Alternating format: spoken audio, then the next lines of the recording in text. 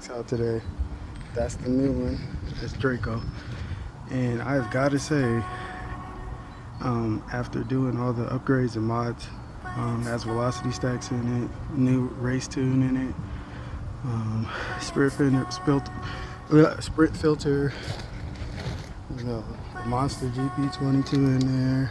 You know, I started doing my cosmetics or aesthetics and get those mirrors out of there. We got those on there, titanium bolts, whatnot.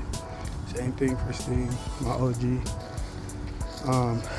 What I can say from riding both and just getting back from riding this bike is this guy is still king by far. Yep. And I know that might seem weird because Draco has all these, or this Aprilia has all these fancy electronics.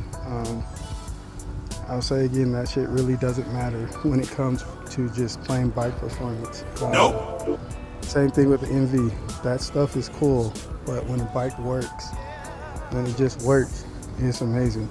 And this bike is by far ridiculously underrated. And it's underrated because of its stature. So most people think because it's big, they think it doesn't get around and it doesn't move.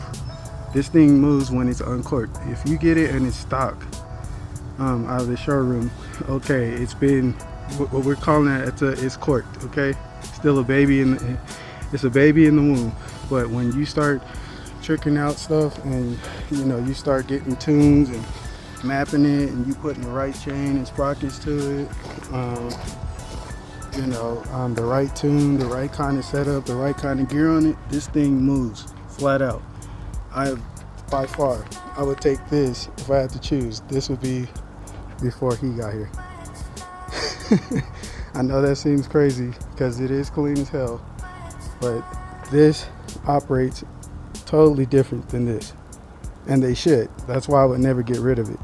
But the fact remains, this pulls power from everywhere. When people talk about big power, you know, they think that it's not. It's like they're just looking at HP figures for the most part. But the delivery of the power is what really tells you about a bike. This pulls from almost every damn gear, and I mean hard. This bike is like 1 to 4, and that's after I just did this too. Okay, that's where his whole this power band lives. But when you get into 5th and 6th, it is literally like don't get me wrong, I'm still new, I'm still learning on this bike. But what I've learned so far today is that 5th and 6th is like when you're trying to stretch the rest of your ponies. This shit never stops pulling. I don't care what gear you put it in. That's the difference. And if you've never rode one, you need to try and experience it because it is such a different contrast. It's not even close. Okay, when I rode this, I can just get on it and the power is so linear. It's so smooth, but it's there and it's on tap all the time. This one, I would have to kick down a few gears before I wanted to go up anywhere. That's not saying that this isn't a great bike either, but it is quite clear what this does versus this. So I'm happy with both. I'm still going to be exploring it and you know, building on it. But yeah, it's definitely a trip. I can't say enough about this. This bike is about 13 years, I think now, almost. Maybe even more. But anyways, I had this since 2013. I just click, turn it on, and it goes. Yeah, they're taking a while, excuse me, but the new fairings will be coming. They are showing their age, so he will be getting a makeover. But if you look closely, this used to be silver, and now it's like this like bronze kind of faded color. You can definitely see it here. This was silver at one point, so it's fading into a different color because it's starting to show its age, but still a good looking bike.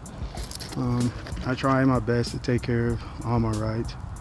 You know, same thing with him. He'll always be in best condition I can keep him in. But definitely a cool experience. I beat the monsoons, as you can see, it's starting to come in. So about to put these bad boys up, but thank you guys for tuning in. A little quick chat. I'll catch you on the next one. Peace.